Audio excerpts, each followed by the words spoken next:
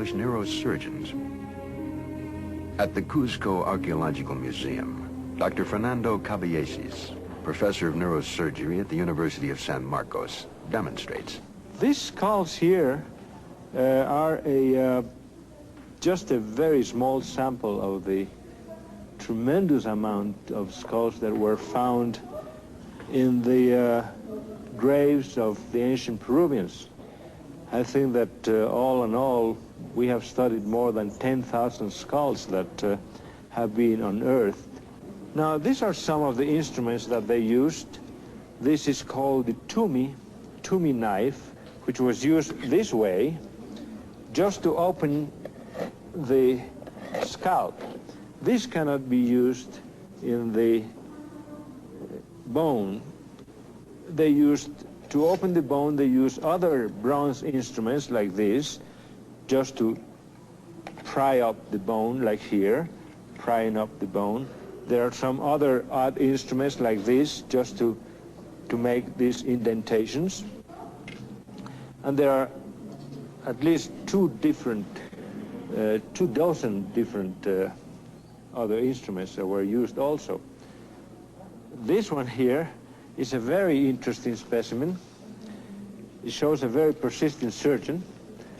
You find here that this man suffered 4 operations, and he survived every one of them.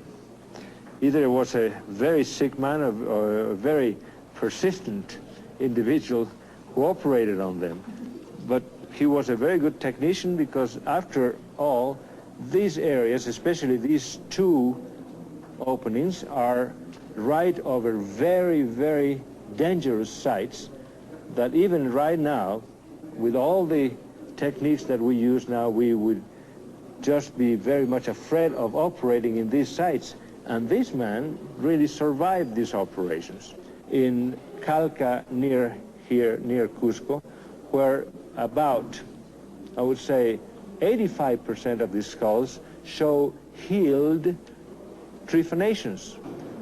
85% of survivals from skull operations is a pretty good and excellent result. At the Yerkes Regional Primate Center, scientists implant monkeys with electrodes.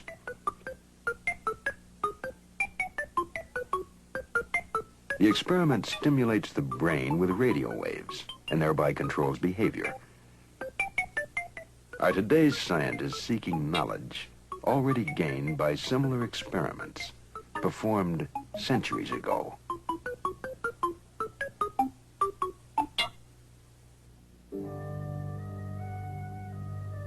In 1947, a Bedouin boy found the first of the Dead Sea Scrolls in the caves of Qumran. At least 2,200 years old, they bring us closer to the original Bible than any other source and contain clear references to holy ones descending from the heavens. While biblical scholars study the scrolls for their theological implications, other scientists have looked to the Bible for evidence of extraterrestrial visits to the Earth. An aerospace engineer at NASA's Marshall Space Flight Center, Joseph Blumrich, has found in the visions of Ezekiel a technical description of a spaceship. The prophet Ezekiel describes 4 encounters with spaceships. At first he saw clouds, fire, and he heard noise coming out from the sky out of the north. And as the vehicle approached, apparently it came rather quite in his direction, he observed what he calls living creatures. What Ezekiel calls the living creatures had straight legs and round feet, or calf's feet sometimes they're called. And it was the description of these landing legs that made me take the book of Ezekiel serious from an engineering point of view. I have had the opportunity about 10 years ago to work with my group in my office for the development of such a landing gear for an unmanned lunar landing station. For that hypothetical vehicle, we developed the landing gear and what we call the foot pan, and what Ezekiel would call the round feet.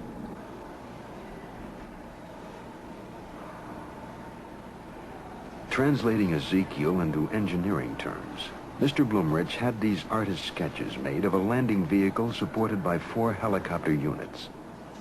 One of the interesting examples of Ezekiel's ability to observe and to describe are the faces he sees on these living creatures. He sees 4 of them, an oxen, an eagle, a man, and so on. They are located at the top of these helicopter units, and consequently they contribute to his impression of having some living creatures in front of him. What they actually are is quite interesting.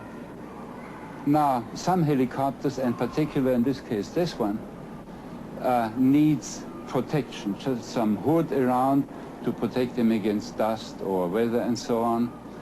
And such sheet metal structures will have cutouts, will have humps in order to accommodate levers or rods which are below them. And they do have, they may have the distinct appearance of faces.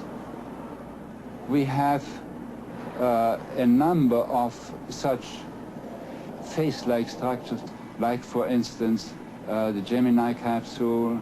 Then we have very interesting feature that looks like a monster, and every one of the audience will remember to have seen faces in rocks, in old trees and tree stumps.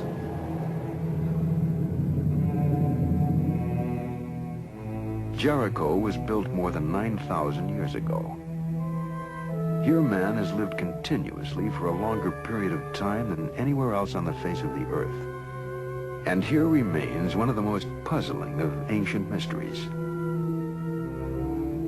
Great walls 12 feet thick made the city impregnable. But Joshua called upon his priests to blow their trumpets, and the walls came tumbling down. But how?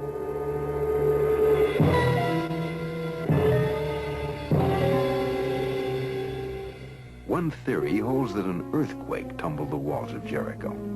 An earthquake that was part of an enormous planet-wide catastrophe.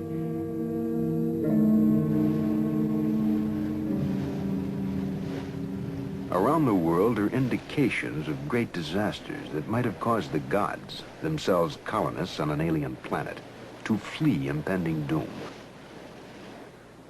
Did their departure inspire all the myths of Atlantis? Could there have been several colonies, blurred by time into the one Atlantis first reported by Plato?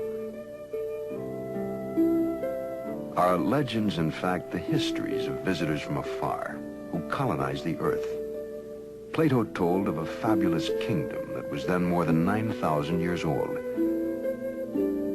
Whatever fragrant things there now are in the earth, or woods, or essences which distill from fruit and flower, grew and thrived in that land, wrote Plato. They constructed buildings about them and planted suitable trees. Some of their buildings were simple, but in others they put together different stones, varying the color to please the eye and to be a natural source of delight.